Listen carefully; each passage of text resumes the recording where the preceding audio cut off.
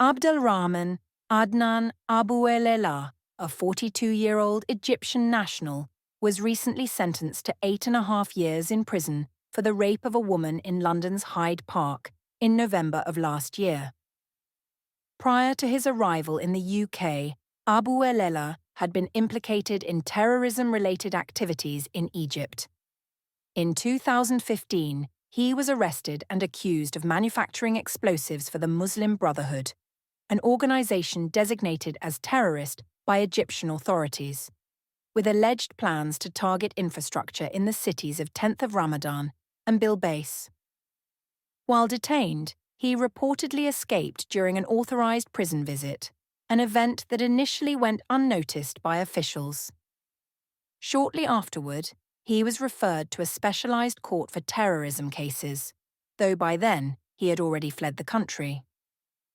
Abouelella later resided in Turkey, where he married, had a child, and applied for asylum after his extradition was unsuccessfully pursued by Egyptian authorities. It remains unclear why he subsequently left Turkey and entered the UK illegally in April 2023.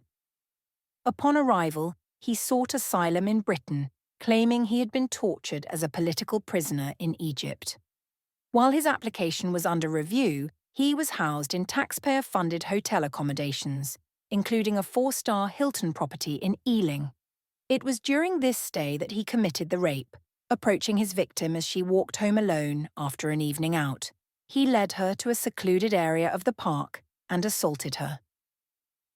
During sentencing, Judge Gregory Perrins acknowledged the victim's courage throughout the legal process and dismissed defense arguments related to Abouelella's mental health diagnoses, stating there was minimal connection between these conditions and his decision to rape.